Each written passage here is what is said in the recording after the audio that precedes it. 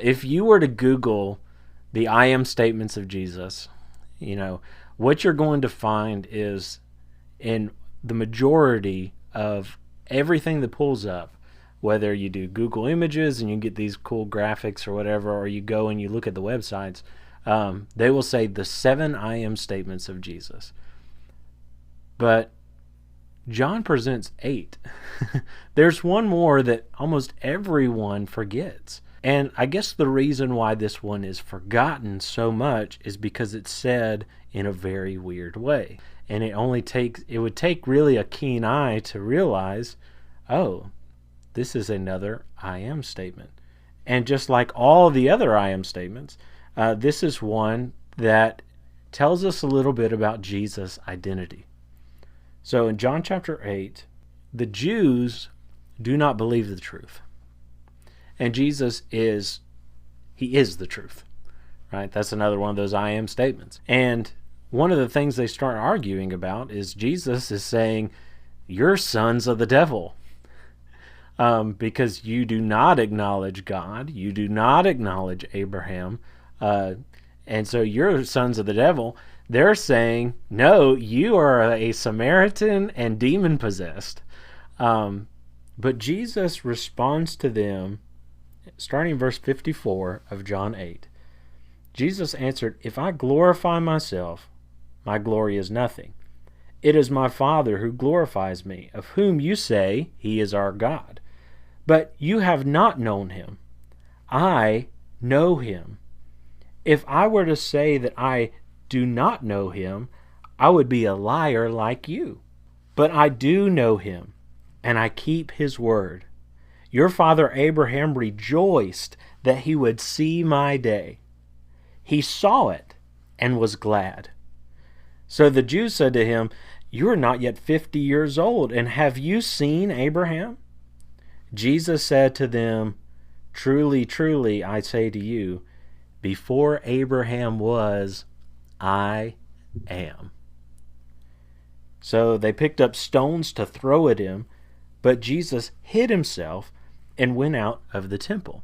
So in context of what we've been talking about tonight, Jesus says this statement, and that is the thing that triggers them to pick up stones to throw at them. It's not the fact that Jesus said, you're sons of the devil, but the fact that Jesus said, before Abraham was, I am.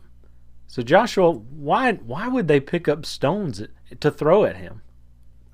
Because he is saying that he is Yahweh, that he is God, or he is God in the flesh, and to them that would be blasphemy.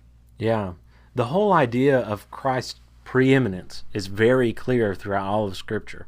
I mean, John 1:1. In the beginning was the Word, and the Word was with God, and the Word was God. Verse 14, the Word became flesh and dwelt among us. I mean, Jesus is saying, I am Yahweh. So, this is a whole, I guess, a different aspect of the term, because really Yahweh is an Old Testament term. It is a Hebrew word that's used. And so when we get in our New Testaments, which are translated from the Greek, we don't have that same term. In fact, what we have, when we have our English Bibles here, we're translating this I am from ego, I me, which is Greek for I am. And so it's not the same, but he is saying, before Abraham was, I am. That doesn't make any sense grammatically. But he's making a statement here about his identity. That's right, Zach. And, something about that concept not only stirred up feelings in those people listening to him then, but it stirs up feelings in people today.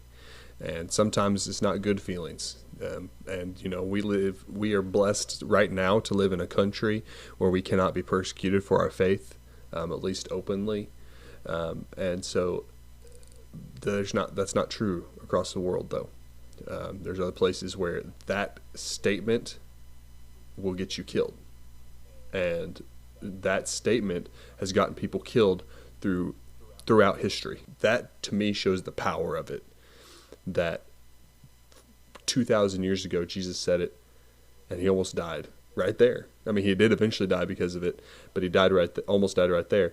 Now here we are today, and there's still people dying because they believe that. Not because they're saying it, they are saying it, but when they're pressed about it, they're saying it's because they believe it.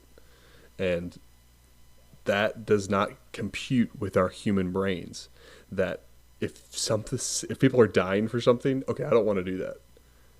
But it's deeper than that. It's Jesus.